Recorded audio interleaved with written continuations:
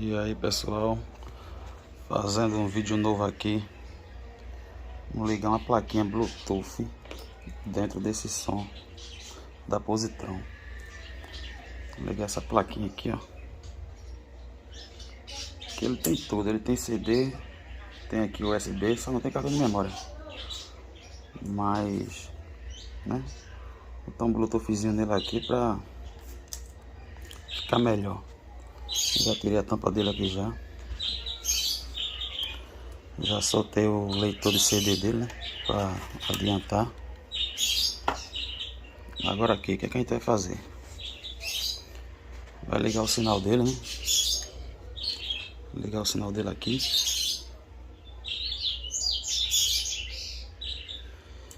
E nessa placa aqui, na placa dele, puxar 5 volts para alimentar a placa Bluetooth, porque senão ele ia ficar com duas alimentações, né? A de 12 volts para o som e mais uma para a placa Bluetooth. Aí o que é que eu vou fazer? Vou procurar 5 volts aqui dentro aqui, 5 volts para alimentar a placa Bluetooth. São esse aqui, ó.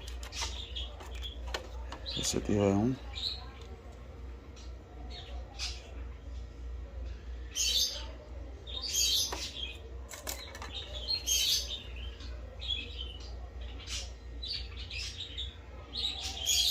o modelo dele aqui, ó.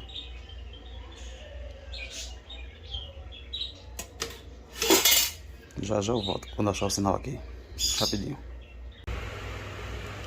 Voltando aqui, galera. Aqui eu achei, né, os 5 volts. Vou ligar no pé do USB, né? Os 5 volts vai para esse segundo pino aqui, esse terceiro pinozinho aqui, ó. Eu poderia ligar aqui, mas para não dar nenhuma interferência, né, no encaixe, nesse encaixe aqui, então resolvi soldar direto do pino do USB, que aqui ele manda os 5 volts certinho para a placa Bluetooth. Vou montar aqui agora, fazer o teste agora para finalizar o processo, depois eu volto.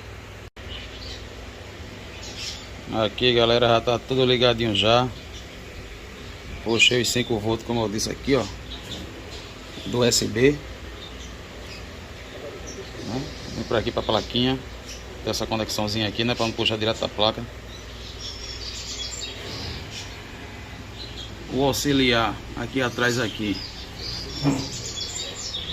vou puxar da placa também, vou tirar esse plug aqui, vou soldar direto na placa. E é isso aí, já tá funcionando já. Vou mostrar um videozinho aqui agora para vocês aí.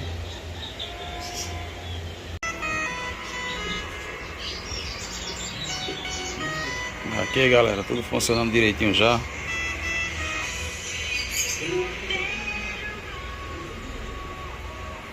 Falta só agora